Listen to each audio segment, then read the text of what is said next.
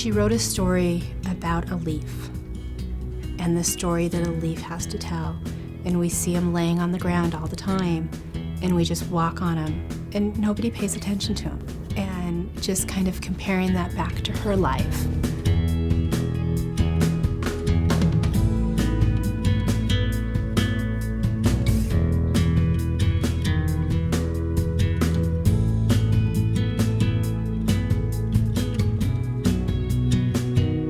Historically, somebody who has Down syndrome autism has not had a voice in the social and civic matters that affect them.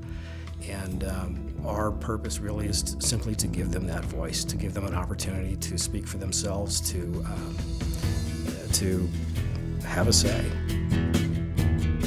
We serve adults with developmental and cognitive disabilities. We're starting to do more engagement and outreach, just to go out and educate the community about what it's like to have a disability, and that people with a disability are really no different than anybody else. You know, the common perception today is that somebody who has Down syndrome can't do a lot of things. And so we want to just help people change that from seeing what they can't do to seeing what they can do. We have a member, Tim, who he goes out and rides horses every week at Free Rein Therapeutic Riding. When he gets on his horse, he's very focused, he's very much right there, and it's amazing to see him. This is a poem by Tim Christensen, who wrote it about his horse, Tara May, that he rides out at Free Rein. Tara May, ride horse, turn, circle, feed carrot, trotting, happy, pictures, likes horses, fun, say whoa, carousel happy. Claire wanted to join us and be part of Photo Voice. My mom and my grandma is singing to a choir. So it's, right now she's not here. She looked at the church and she's like, I want a picture of that. It reminds me of my mom and grandma singing in the church choir. I want to send those pictures for his my family.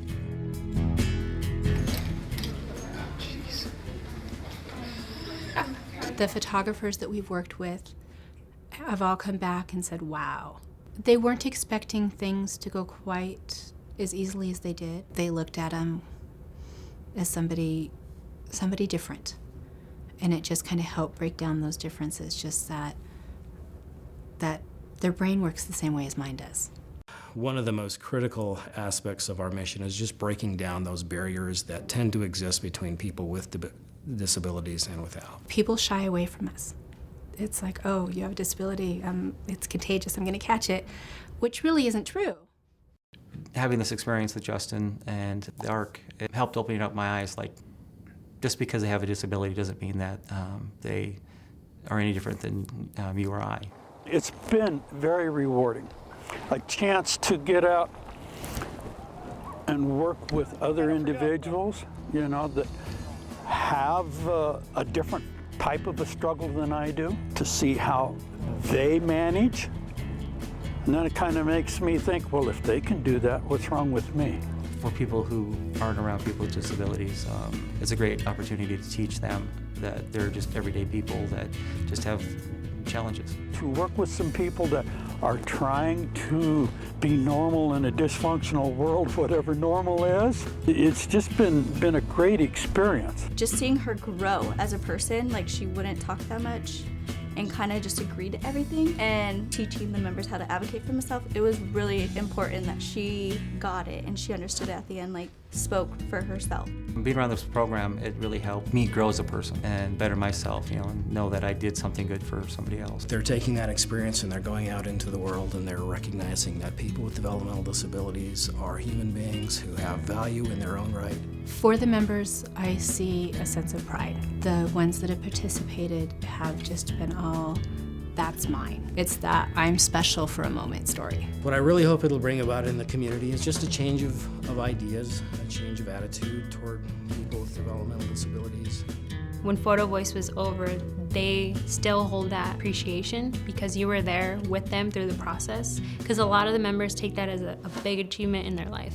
Hearing one member say, why'd you pick that picture? And she said, because it's beautiful, beautiful like me.